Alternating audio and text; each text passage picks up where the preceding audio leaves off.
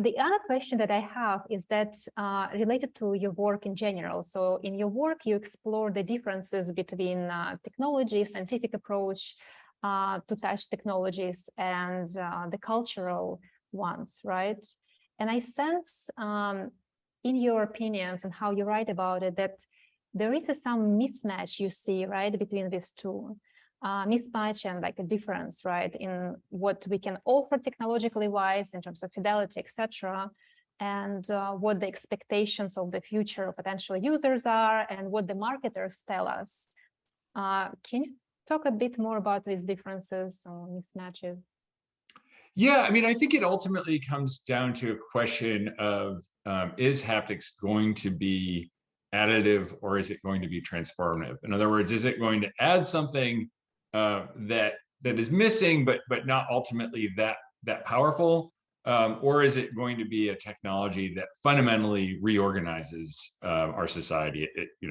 From the way that we shop to the way that we interact socially with people. And I think the mismatch is between the way it looks in the lab. It looks like it's going to be transformative, and for proponents and especially for marketers, the promises are always of radical transformation.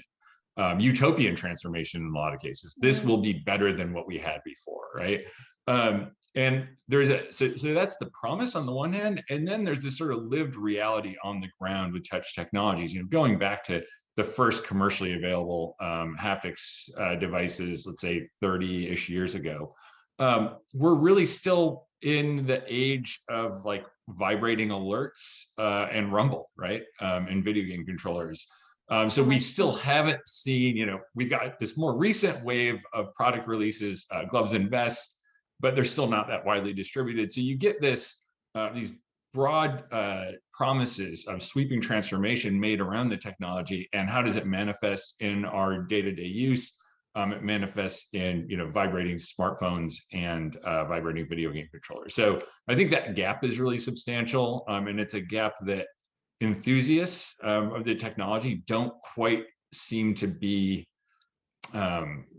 productively grappling with. I would say, like, there's an assumption that if we build it, they will come, right? Like if we just make cool enough technologies, everyone will want them. And I don't quite see that everyone will want them side of things manifesting.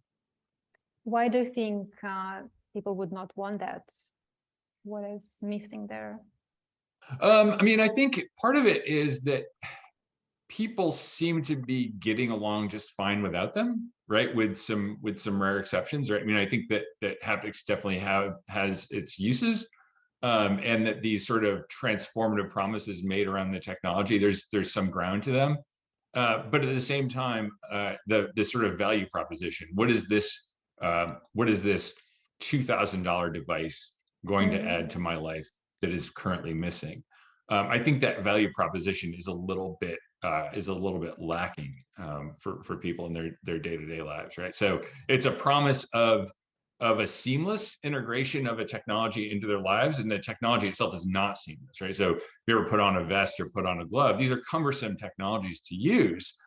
They take some acclimation, cultural acclimation to their use. It takes training to use these devices. And the promise is always, oh, it's going to feel really natural. It's going to feel really intuitive.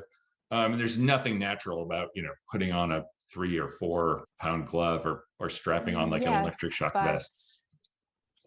Is it a problem of fidelity, right? And if we have this fidelity that can really replace the real touch, or is it about the context of use, right? One thing is to have like this gaming industry and you have like very specialized way of using haptic devices versus daily user, right?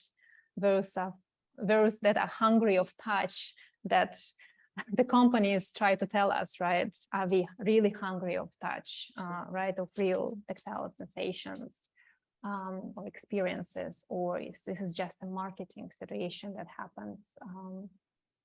So I wonder if there is a real future for that everyday use for haptic devices, aside from very specialized industry-based kind of gaming type of uses.